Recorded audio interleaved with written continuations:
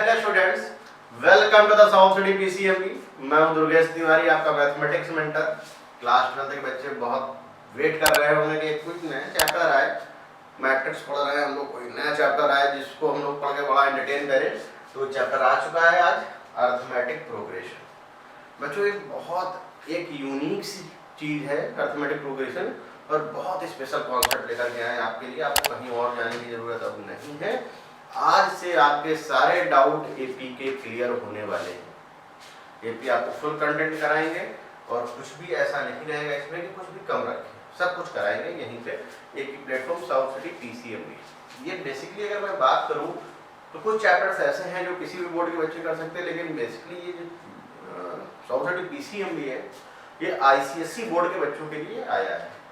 Reason इसका ये कि आईसीएसई बोर्ड के बच्चों को कहीं पर भी कंटेंट नहीं मिल रहा था। मैंने प्रॉपर देखा यूट्यूब, तो मैंने डिस्कस किया और टीचर्स के साथ। तो ये हुआ कि एक ऐसा यूट्यूब चैनल होना चाहिए जो केवल और केवल आईसीएसई बोर्ड के बच्चों को तो मिले। हमारे आईसीएसई बोर्ड के बच्चों को कोई ऐसा कंटेंट ही कहीं नहीं मिल रहा था कि वो अपनी प्रिपरेशन एक अच्छे वे में कर पाए। तो हम लोगों को याद हुआ, हम सारे टीचर मिले, पीसीएमबी आप देख ही रहे हैं, फिजिक्स भी, केमिस्ट्री, मैथ्स एंड बायोलॉजी। तो हम सारे टीचरों ने मिल करके ये सोचा कि अपने आईसीएसई वाले बच्चों के लिए कुछ नया करते हैं। तो हम लोगों ने फिर ये सीरीज लॉन्च करी, साउथ सिटी पीसीएमबी। तो बस आपको करना क्या है, हर एक वीडियो को एंड तक देखना है। फिजिक्स, केमिस्ट्री, मैथ्स और biology ICSE board point of view से यहीं पर आपको कराया जाएगा। फुल कंटेंट बोर्ड के लिए जितना इम्पॉर्टेंट है वो सारा कंटेंट आपको इसी प्लेटफॉर्म पे कराया जाएगा। बस आपको करना क्या है, इसको ज़्यादा से ज़्यादा बच्चों को शेयर करना है कि आईसीएसई बोर्ड के बच्चों, आपको यूनिटी दिखानी है कितने बच्चों तक ये मैक्सिमम पहुंच सकता है। तो चलिए आज के इस लेक्चर को, अर्थमेटिक प्रोग्रेशन को स्टार्ट कर लेते हैं। बिल्कुल भी टाइम वेस्ट नहीं करते हैं, इसको बहुत जल्दी से स्टार्ट कर लेते हैं। तो अर्थमेटिक प्रोग्रेशन की बात करी जाए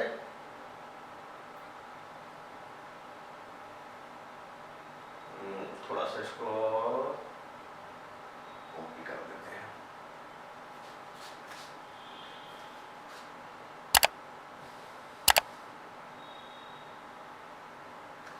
देखिए, पहले तो बहुत से बच्चों को ये नहीं पता होता प्रोग्रेशन, सीक्वेंस और सीरीज का मतलब क्या होता है। ये तीनों डिफरेंट वर्ड है।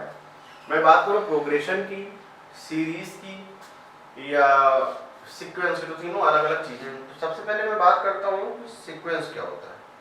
सीक्वेंस का मतलब होता है एक डेफिनेट पैटर्न जो फॉलो किया जाए, ठीक है ना, उसमें कुछ भी हो सकता है। सीक्वेंस का मतलब होता है definite pattern.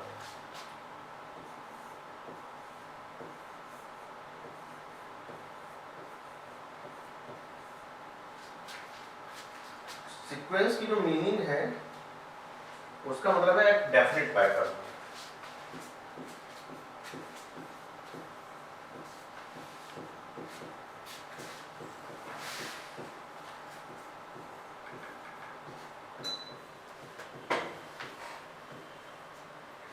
A definite pattern, जैसे मैंने लिखा 1, 1, 2, 3, 5, 8, 13 अप टू एंड सो। तो मेरे बच्चों, आपको मेरे ख्याल से बात समझ में आ रही हो कि मैंने क्या किया। 1 यानी कुछ लिखा नहीं, तो 1 ऐड किया, 1 आ गया। फिर 1 ऐड किया, 2 मतलब आगे के जो टर्म है उनको आप ऐड करके आगे वाला टर्म निकाल सकते हैं। जैसे 2 + 3 ऐड किया 5 आ गया, 3 + 5 ऐड किया 8 आ गया, 8 + 5 ऐड किया 13 आ गया। मतलब इस तरीके से आप बहुत से टर्म निकाल सकते हैं। जैसे नेक्स्ट वाला टर्म में आप लिख सकते हैं कि हाँ 21। लेकिन बच्चों, आप जिसमें आप बहुत सारे टर्म नहीं लिख सकते हैं। अगर मैं आपसे डायरेक्ट कहूँ कि 50th वाला पोजीशन वाला टर्म बताओ, तो आप नहीं बता पाएंगे, तो फिर तो दिक्कत हो जाएगा। तो सीक्वेंस केवल इस तरीके का होता है, डेफिनेट पैटर्न। जैसे कि अगर यहीं पे बात करें हम सीरीज की,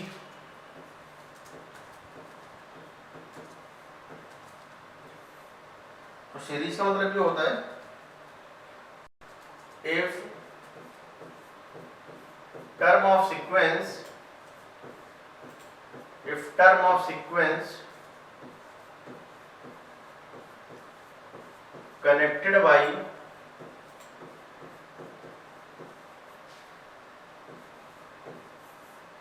positive sign, then it is called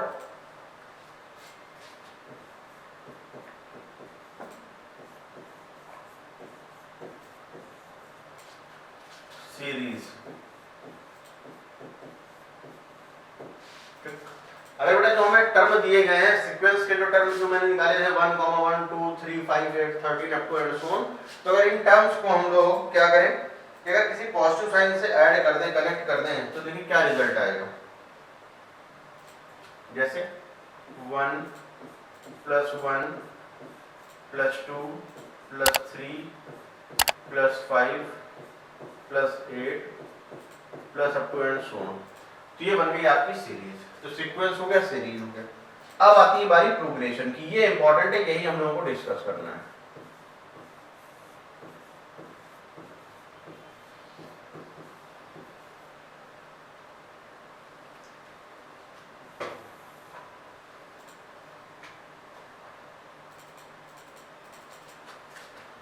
It follow a definite pattern. It follow a definite pattern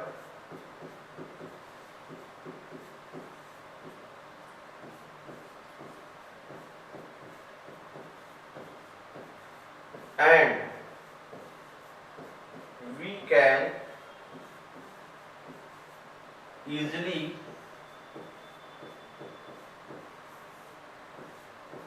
find out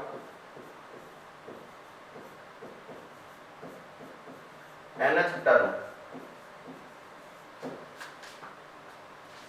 मतलब इसमें आपसे कोई भी टर्म कहा है, जैसे कि आप 5th टर्म निकालो तो आप डायरेक्ट निकाल सके, 10th टर्म कहा जाए आप डायरेक्ट निकाल सके, 20th टर्म कहा जाए आप डायरेक्ट निकाल सकते हैं। तो इसमें बहुत सारी चीजें होती हैं, मैं बता देता हूँ क्या क्या होता है। अभी तो फिलहाल हम लोगों के जो सिलेबस में है मैं उसकी बात करूंगा, तो अपने सिलेबस में बेटा केवल एपी एंड जीपी। एपी का मतलब यहाँ पर अरिथमेटिक प्रोग्रेशन,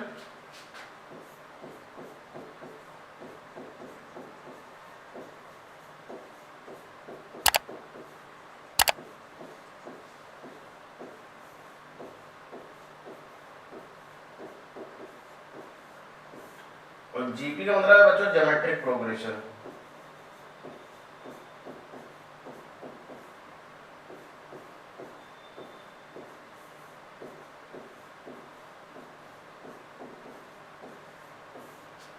अरिथमेटिक प्रोग्रेशन और जीपी का मतलब क्या है, ज्योमेट्रिक प्रोग्रेशन। तो प्रोग्रेशन का मतलब होता है it follow a definite pattern and we can easily find out nth term. हम लोग इजीली क्या फाइंड कर सकते हैं, nth टर्म फाइंड कर सकते हैं। इसको एपी और जीपी हमारे सिलेबस के पार्ट है। तो चलिए हम एपी के बारे में डिस्कस कर लेते हैं कि एपी होता क्या है।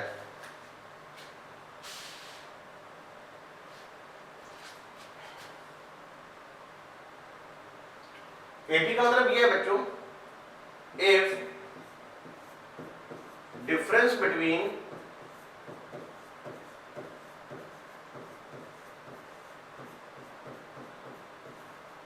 any two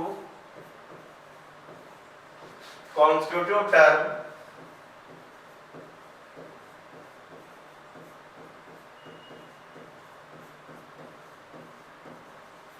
is always same,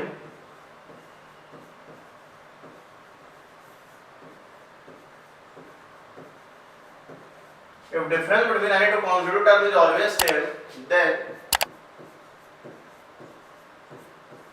progression is called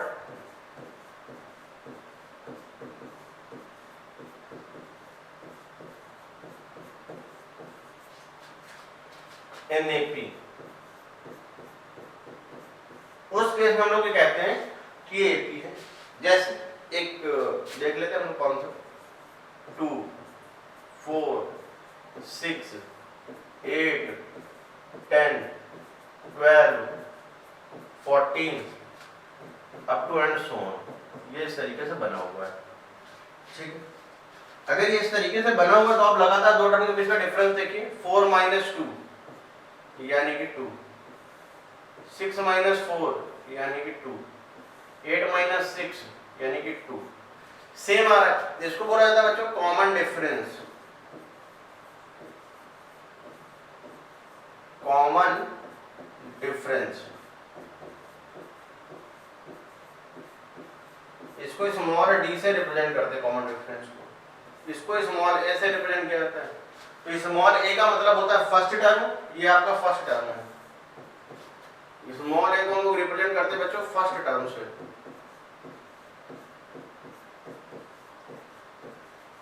और स्मॉल डी को कॉमन डिफरेंस।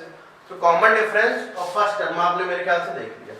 अब इसको इस तरीके से हम लोग करेंगे, फर्स्ट टर्म को ए बोलते हैं, नेक्स्ट टर्म हो जाएगा हमारा ए प्लस डी, उसके बाद हो जाएगा next term a plus 2d, next term a plus 3d, up to and so on. अच्छा एक चीज गौर करें बच्चों आपने, इसमें एक चीज आती है जनरल टर्म, जनरल टर्म।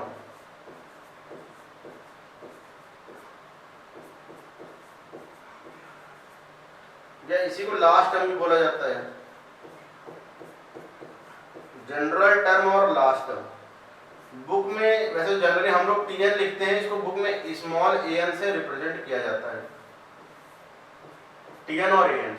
अच्छा आपने एक चीज गौर करी, जब हम लोग फोर्थ टर्म में है तो डी कितने हैं 3, थर्ड में है तो डी कितने हैं 2, मतलब ए तो फिक्स है, बाकी हम लोग किसी भी टर्म में उससे एक कम डी। अगर 100 जो 100 प्लेस वाला टर्म है उसकी वैल्यू क्या आएगी a प्लस 99, 1000 प्लेस वाला जो टर्म है उसकी वैल्यू क्या आएगी a प्लस 999, यानी कि एक कम हो जाएगी। जैसे बात करें न्यूमेरिक में तो आप एक कम कर लोगे, जैसे कि अगर मैं जनरल बात करूं, अब जनरल में मैंने n लिखा है तो आप क्या करेंगे, अगर मैं nth टर्म की बात करूं तो आप n में एक कम कर देंगे, n-1 कर देंगे, यानी कि ये चीज बन जाएगी फॉर्मूले के लिए हमारे पास a plus n-1 into D,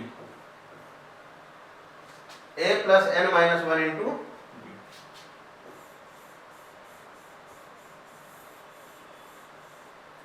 ये आ गया हमारा जनरल टर्म, जहां पर a क्या है, ये सारी चीजें मैं डिक्टेट कर दे रहा हूं। a है हमारा फर्स्ट टर्म,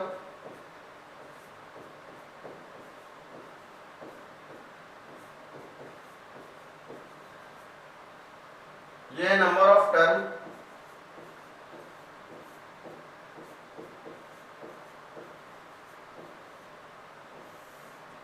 डी क्या है कॉमन डिफरेंस,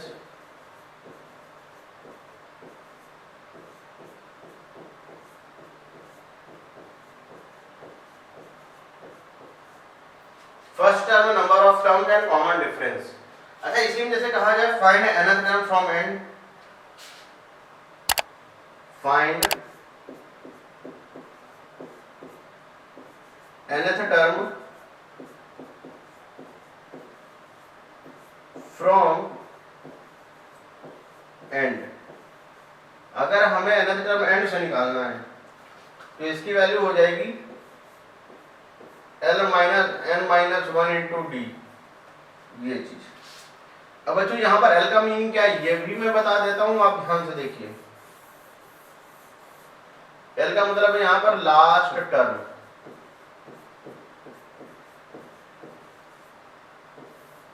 डी का मतलब है common term, common difference sorry.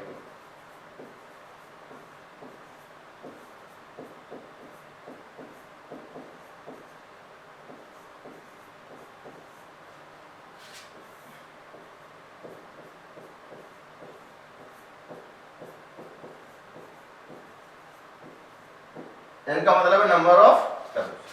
तो n टर्म अगर एंड से निकालना है तो क्या हो जाएगा l-n-1 इंटू। बाकी बीच में अगर कोई जरूरत पड़े तो मैं बता दूंगा, आप एक बार इसको नोट डाउन कर रहे हैं तो इसकी जरूरत पड़ेगी। फिर आते हैं क्वेश्चंस पे।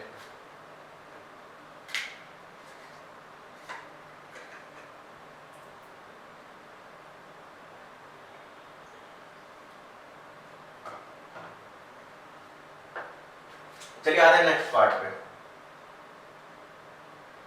देखिए जैसे कि हमारा एक पार्ट आज का क्वेश्चन का, देखें इसको कैसे करते हैं।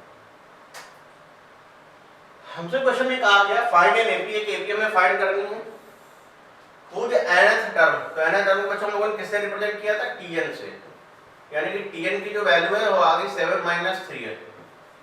Also find the 20th term. तो बच्चों अगर हम लोग 1 पुट करते हैं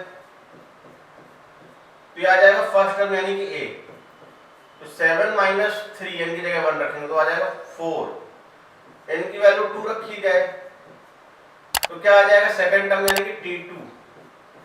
7 माइनस 3 इंटू 2 6 यानी कि 1, n की प्लेस पे 3 पुट किया जाए तो आ जाएगा t3 थर्ड टर्म।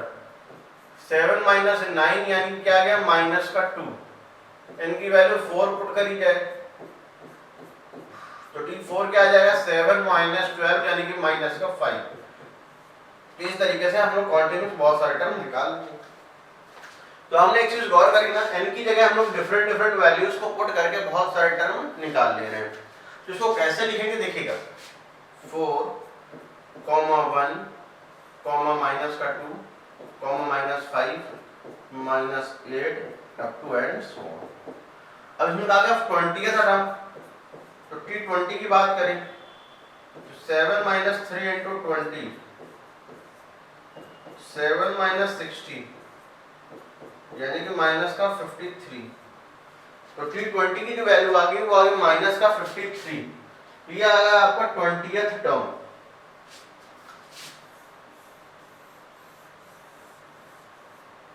ये क्या आ गया आपका 20th टर्म। तो अगर 20th टर्म हमारा ये आ चुका है और बाकी सारी चीजें ये आ चुकी है तो आप समझ गए होंगे कि आप किस तरीके से इसको सॉल्व किया जा सकता है। तो नोट डाउन कर लीजिए, फिर आते हैं हम नेक्स्ट पार्ट पे।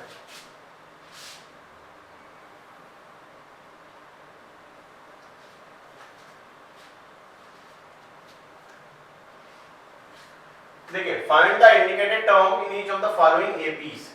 जैसे फर्स्ट वाले क्वेश्चन की बात करें तो क्या लिखा है 1, 6, 11, 16 up to and so on, और हमें t20 या a20 बताना है। तो कोई बात नहीं, देखिए हम लोग बता तो तब पाएंगे जब a और d और n पता हो। n तो पता ही है कि 20th टर्म निकालना है। d की बात करें अगर तो d क्या आएगा और a क्या आएगा। a का मतलब होता है फर्स्ट टर्म यानी कि 1। d की बात करें यानी कि 6 माइनस 1 क्या आ जाएगा 5। t20 की बात करें a plus 20 minus 1 into D यानी क्या आ जाएगा a प्लस 19d। a की वैल्यू कितनी बेटा 1, 19 इंटू 5, 19 इंटू 5 क्या हो जाएगा 1 प्लस 95 यानी क्या आ जाएगा 96। यानी कि जो t20 है या 20th टर्म है a20 की भी बात आप कर सकते हो तो क्या आएगी 96 वैल्यू आएगी। तो मेरे ख्याल से आप समझ पाए होंगे। अच्छा, जो नेक्स्ट वाला क्वेश्चन है तो आप बच्चों चाहें तो खुद से भी ट्राई कर सकते हैं एक बार। तो देखिए कैसे करेंगे सेकंड वाले क्वेश्चन को। जैसे कहा गया -4, -7, -10, -13 up to and so on. तो a की बात करें तो a की वैल्यू क्या हो जाएगी माइनस का 4, d की वैल्यू क्या आएगी -7 माइनस 4, तो -7 प्लस 4 यानी कि क्या आ जाएगा माइनस का 3। a आ चुका है, d आ चुका है। a25 फाइंड करना है तो ये अगर आप डायरेक्ट लिखना सीख गए हैं तो बहुत अच्छी बात है। ये आ जाएगा a प्लस 24d। a की वैल्यू है कितनी माइनस का 4 प्लस का 24 इंटू माइनस का 3 यानी क्या जाएगा माइनस का 4 माइनस का 72। तो ओवरऑल रिजल्ट क्या आ गया माइनस का 76। ये आ गई a25। a25 की वैल्यू कितनी आ गई माइनस का 76। t25 की वैल्यू क्या आ जाएगी माइनस का 76।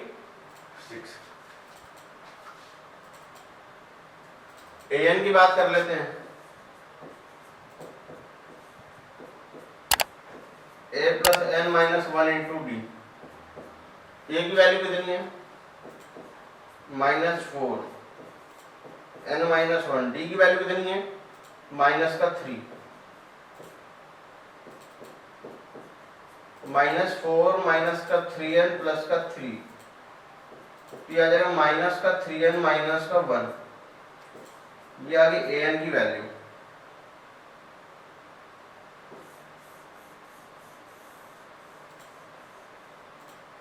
इसको नोट डाउन कर लीजिए। an आ गया और a25 आ गया, मतलब आप कोई भी टर्म निकाल सकते हैं इजीली, उसमें कुछ करने की जरूरत नहीं।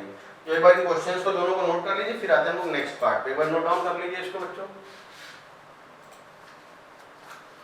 देखिए सेकंड क्वेश्चन क्या है हमारा, find the nth term and the 12th term of the list of the numbers. इसमें nth टर्म और 12th टर्म फाइंड करना, जैसा बिल्कुल अभी किया है बिल्कुल उसी के जैसा है। तो क्या क्या दिया है 5, 2, -1, -4 up to and so on. a की वैल्यू कितनी आ गई 5, d की वैल्यू क्या आएगी 2 - 5 यानी क्या गया -3। तो tn का आ गया है, तो tn हो जाएगा a + n - 1 * d, a + n - 1 * d। a की वैल्यू कितनी 5 + n - 1 और d की वैल्यू क्या है बच्चों -3। 5 - 3n + 3, 5 + 3 आ जाएगा 8, 8 - 3n, t आएगा tn।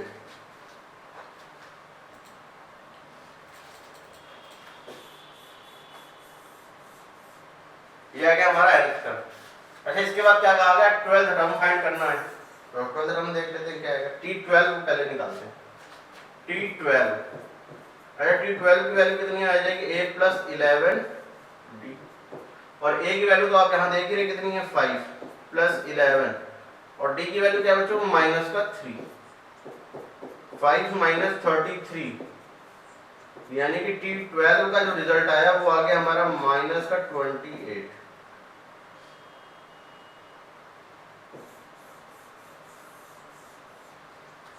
t12 की वैल्यू आ गई -28 और tn की वैल्यू आ गई 8 - 3। इसको नोट डाउन कर लीजिए, फिर आते हैं नेक्स्ट पार्ट पे। If the common difference of an AP is -3 and the 18th term is -5, find its first term। बहुत इजी क्वेश्चन है। अरे सेकंड वाला मैं नहीं करूंगा, सेकंड वाला आपको करना है, ये एज ए होमवर्क है। सेकंड वाला जो क्वेश्चन में है मैं वो आपके लिए एज ए होमवर्क छोड़ रहा हूं और आपको करना है। चलिए हम फर्स्ट की बात कर लेते हैं।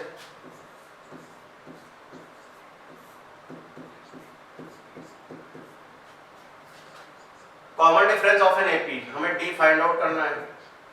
अरे डी की वैल्यू गिवन है -3, 18 का वैल्यू -5 यानी कि टी 18 की वैल्यू क्या बच्चों -5 एंड इट्स फर्स्ट टर्म आपको फाइंड करना है, देन इट्स फर्स्ट टर्म। अच्छा क्या t12 का फार्मूला मालूम है? बिल्कुल मालूम होगा, कैसे मालूम होगा देख लेते हैं। t18 क्या हो जाएगा a + 17d, ये -5, a + 17 सॉरी a की वैल्यू तो गिवन नहीं है, a + 17 * -3, a × 17 * -3 -5 a - 51, a की वैल्यू क्या आ जाएगी बच्चों 51 - 5, तो a की वैल्यू आ जाएगी हमारी 46।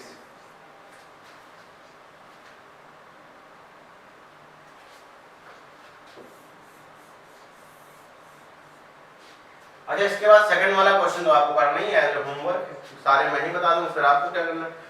तो ये सेकंड वाला जो क्वेश्चन है वो आपके लिए है, इसको बहुत आराम से करिए। Which term of an AP, देखिए जब भी कभी विच टर्म की बात करी जाए तो आइए आप समझ लीजिए कि आपको nth टर्म फाइंड करना है। विच टर्म आपसे कहा जाए यानी कि आपको nth टर्म आपको फाइंड करना है।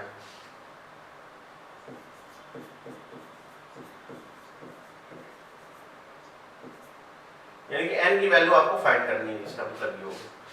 विच टर्म जब भी कहा जाए क्वेश्चन में तो आगे मान के चलिए कि आपको वहां पर nth टर्म ही फाइंड करना है बच्चों।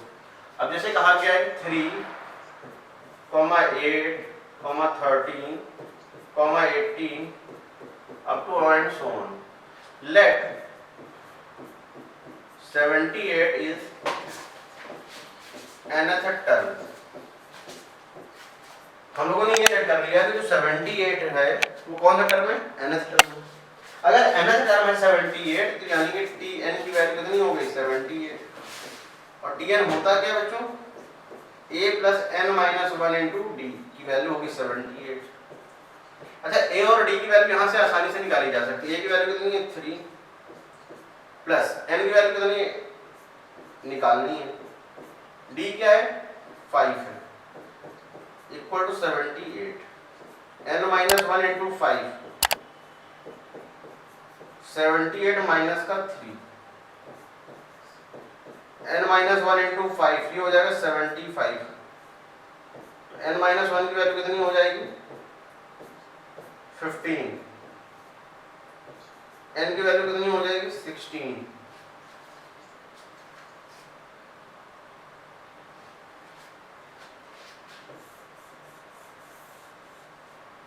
n की वैल्यू कितनी हो जाएगी 16, इसको नोट डाउन कर लीजिए। फिर आते हैं नेक्स्ट क्वेश्चन पे।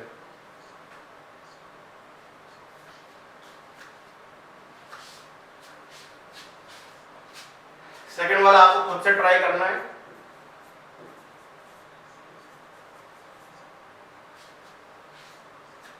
नेक्स्ट क्वेश्चन देखते हैं। Check whether minus 150 is the term of this AP. देखिए जब ये कहा जाए कि चेक करिए कि ये वाला टर्म एपी का है कि नहीं, तो वहां पर आपको n की वैल्यू फाइंड करनी होगी। अगर मान लीजिए n की वैल्यू एग्जैक्ट नेचुरल नंबर आ जाए तो आप कहेंगे कि हाँ ये टर्म इसमें एग्जिस्ट करता और वही टर्म हो जाएगा।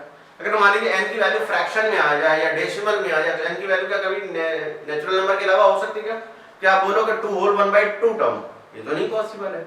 यानी कि नेचुरल भी हो सकता है 10th 20th 11th 12th 3rd 13th, इस तरीके से निकल सकता है। तो n की वैल्यू एक नेचुरल नंबर ही होगी, आप ये मान करके चलिए एग्जैक्ट। तो यहाँ पर आपको अगर ये कहा जाए कि check whether the minus 150 is a term of this और नॉट, तो आप क्या करना होगा? तो इसको लेट कर लो, लेट इफ पॉसिबल। फर्स्ट वाले की बात करें, इफ पॉसिबल, अगर पॉसिबल है तो माइनस 150 इज nth टर्म, यानी कि जो tn है वो आ गया हमारा माइनस का 150। पहली चीज तो ये क्लियर हो। अगर tn बच्चों हमारा माइनस का 150 है तो tn होता क्या है? a plus n minus 1 into D की वैल्यू आ गई माइनस का 150। अच्छा a की वैल्यू कितनी है 11 plus n minus 1 into D, D कितना है 8 माइनस 11, 8 माइनस 11 कितना होता है माइनस का 3, 8 माइनस 11 की वैल्यू माइनस 3 यहाँ पुट कर देते हैं, माइनस का 150, तो माइनस का 3n माइनस का 3 इक्वल टू आ जाएगा माइनस का 150 माइनस का 11, माइनस का 3n माइनस का 3 इक्वल टू आ जाएगा माइनस का 161, तो माइनस के 3n की वैल्यू आ जाएगी माइनस का 161 प्लस का 3, माइनस का 3n आ जाएगा बच्चों माइनस का 158, और n की वैल्यू अगर देखी जाए तो 158/3, that is not equal to the natural number, क्योंकि एग्जैक्टली कैंसिल ही नहीं हो रहा है, तो फ्रैक्शन में आ रहा है। So minus 150 is not a term of this series, यानी कि बच्चों ये एक माइनस ऑफ दिस एपी लिख देते हैं।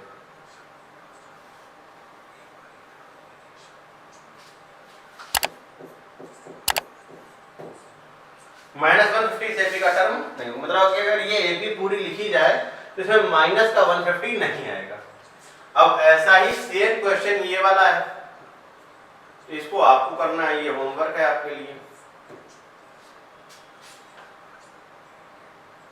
बहुत सारे क्वेश्चन लेकर के आए आपके लिए, बस आपको करना क्या है, वीडियो को एंड तक देखना है।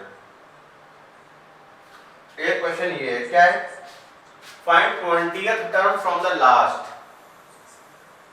अब देखिए सबसे पहली चीज तो ये देखिए nth टर्म फ्रॉम एंड, इसके लिए हमने फॉर्मूला लगा दिया था tn equal l minus n minus 1 into D. ये देखिए ये तो मैंने फॉर्मूला लिखा है, बाकी इसका एक कॉन्सेप्ट भी होता है कि आप रिवर्स करके लिख लो इस पैटर्न को, तो उससे भी निकाल लेते हैं, लेकिन ये भी सिंपल है। आपको जो चीज कंफर्ट लगे आप उससे कर सकते हो। आप क्या कर सकते हो, इस पैटर्न को रिवर्स कर दो, 253 को पहले लिख दो और 1383 लास्ट में आ जाएगा। तो आप वहां से भी निकाल सकते हो, फिर स्टार्टिंग से ही लिख लेंगे। अगर एंड से निकालना है तो आप ये फॉर्मूले का भी यूज कर सकते हो। तो यहाँ पे क्या कहा गया है, 20th term from last, 20th term from and. तो T20 अभी फिलहाल कर देते हैं, लेकिन एंड वाला है, तो L minus 20 minus 1 into D. अच्छा L की वैल्यू क्या है बच्चों, L का मतलब होता है लास्ट टर्म, यानी कि 253 माइनस 19। अच्छा डी की वैल्यू कितनी आएगी, 8 माइनस 3 यानी कि 5। 253 माइनस का 95। 253 में अगर 100 आप माइनस करोगे, 100 माइनस करते हैं अगर, तो क्या आएगा 153 और 5 ऐड कर दीजिए, यानी कि 158 इसका आंसर आ जाएगा। ये लास्ट से 20th टर्म की वैल्यू है, एंड से। स्टार्टिंग से कही जाती तो एक अलग चीज थी। नेक्स्ट क्या है, find the 12th term from the end. ये आपके लिए हो गया as a homework, do it yourself.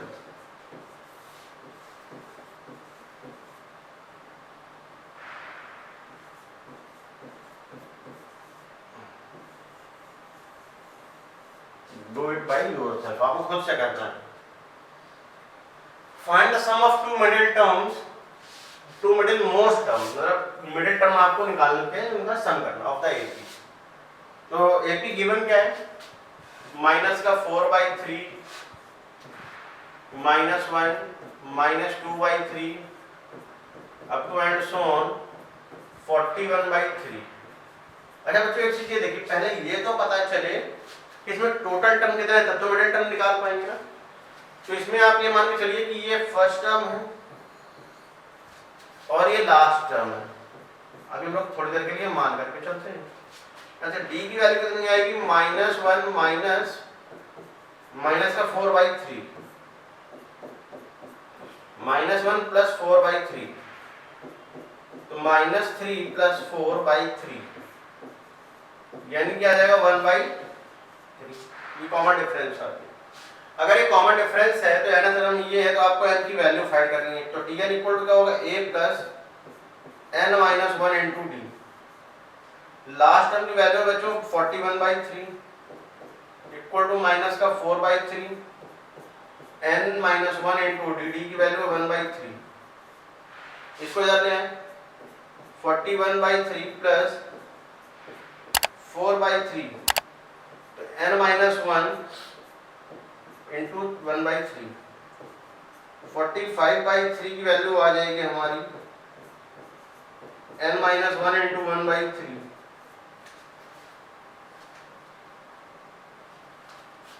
ये 3 और 3 कैंसिल हो गया, 45 की वैल्यू आ जाएगी n माइनस 1, n की वैल्यू आ गई 46।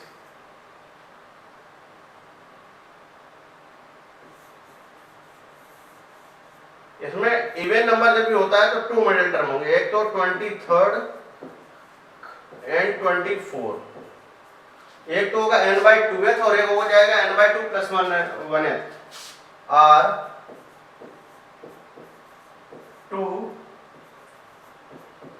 मिडल टर्म्स, तो सम ऑफ दीज टर्म्स क्या हो जाएगा,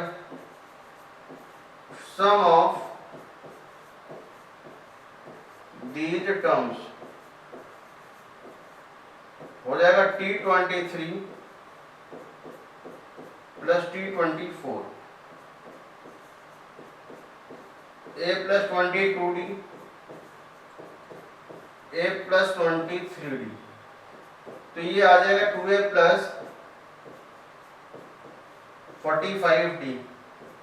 अच्छा 2 इंटू a की वैल्यू क्या है बच्चों, a की वैल्यू माइनस का 4/3 प्लस 45 इंटू डी। अच्छा डी की वैल्यू है कितनी, 1/3। एलसीएम ले लेते हैं हम लोग, माइनस अपॉन में 3, माइनस का 8 प्लस का 45 तो 45 अगर 8 को माइनस करेंगे तो क्या हो जाएगा